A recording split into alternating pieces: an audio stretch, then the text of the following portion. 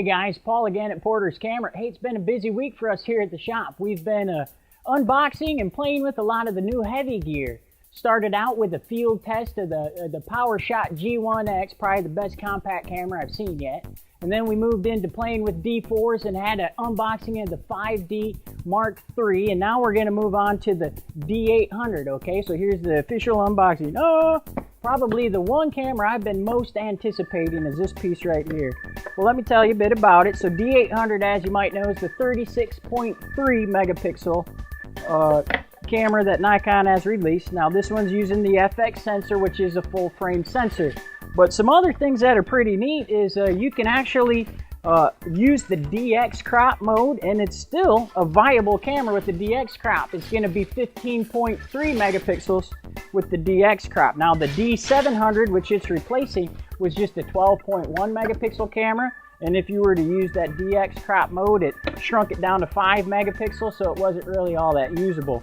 Another neat trick is the option to crop in at a 1.2 megapixel, or 1.2 crop factor, excuse me, and that retains 25 megapixels, so also quite usable.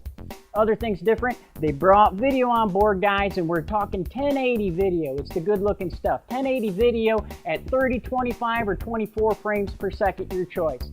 It also has uncompressed HDMI out, okay? So you have the full feed going right out if you want to get a little bit more serious with the video. For high-speed shooting, plays back in slow motion, you still get 60 frames per second at 720p. So yeah, the video is going to be an awesome addition to the lineup here. Okay, as far as focusing, you're using the 51-point autofocus system. It's got 15 cross-type sensors, and then probably a significant difference apart from the resolution is with the metering system, okay? So now we're using a 91,000 pixel metering system as opposed to what the D700 had. It was just a, what was it, 1,005 pixel metering system, so an improvement there. The drawback would be the frame rate is shrunk from the 8 frames per second potential of a D700 to now 4 frames per second at the full 36.3 megapixel. But you can get 6 frames per second if you move to that DX mode. So if you need to use it for some faster stuff, if hey, you're okay with 15.3 megapixel, you got your 6 frames per second back. Okay, so let's move on to a few of the cosmetic differences with this piece, okay? I'm going to start out by just giving you a walk around to the camera here. Everything's pretty much in the same place as the D700. No big surprises. But if we look right away on the autofocus manual focus switch right here, okay, there's a button there. So that's just like on the D7000. So we can switch to manual and autofocus, and then our autofocus options on the main display screen here when we depress that button in. On the main control dial on the very top, you're going to see that they've added the bracketing button. So no more hunting into the menus or changing your function button to handle the brackets. You got there right there on top. Other than that, you know, the frame rate button, the mirror up, the quiet mode, self-timer, all that stuff's in the same place. We look on the back of the camera physically, you're going to notice that, well, we got a switch here that's going to toggle on the live view shooting. Okay, this used to be the place where the switch was that took us into what focusing mode we wanted.